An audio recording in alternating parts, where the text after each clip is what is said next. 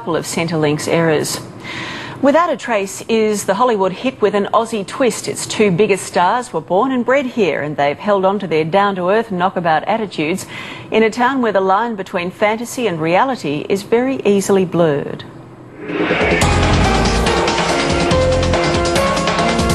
know, on every show we probably have 3 or 4 people that are capable of having committed the crime, and it's a bit of a juggling act to kind of keep that all alive and then keep it a surprise at the end.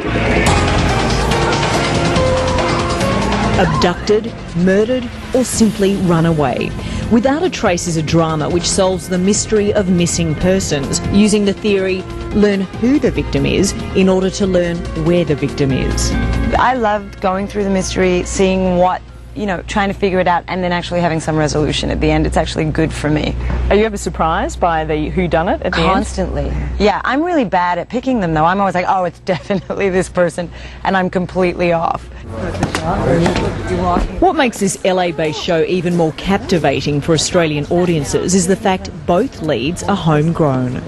Special Agent Malone from the FBI. This is Agent Taylor. Anthony LaPaglia, a familiar face to most Australians, plays Senior Agent Jack Malone. What other choice do I have? America has become so receptive to Australian actors.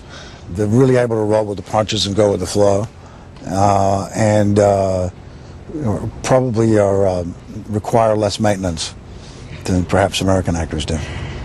No diva qualities here. Well, there's some. Bomb squad said the wire and the detonator separated. Sydney-born Poppy Montgomery plays Agent Samantha Spade.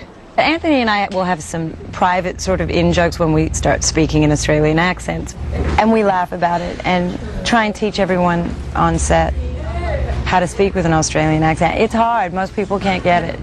Where's that Aussie accent today? I find it very difficult, actually, to sustain an Australian accent without the American slipping in now, but I've been here for 10 years, 11 years, I think. There is one giveaway. Oh! Look at this. Still, my Uggs. See, don't we love it? Fluffy all over, but look, comfort on the bottom. Yeah, I've got my FBI suit and my Ugg boots. Cameras rolling, and it's back to the serious business of psychological profiling. And as Anthony explains, sometimes it's a case of real life imitating art. We do a public service announcement after every show, and display a missing person. They actually recovered siblings who had been kidnapped in a domestic dispute by the mother and had been missing for a couple of years. She killed Mary. She killed Mary. Yeah, I know she did. In Australia alone, 30,000 people are reported missing to Australian police each year. That's one person every 18 minutes. And while the show may have an unrealistic strike rate in finding these people, Anthony says at least it lifts public awareness. We at least make an attempt to have some kind of social commentary, without standing on a soapbox.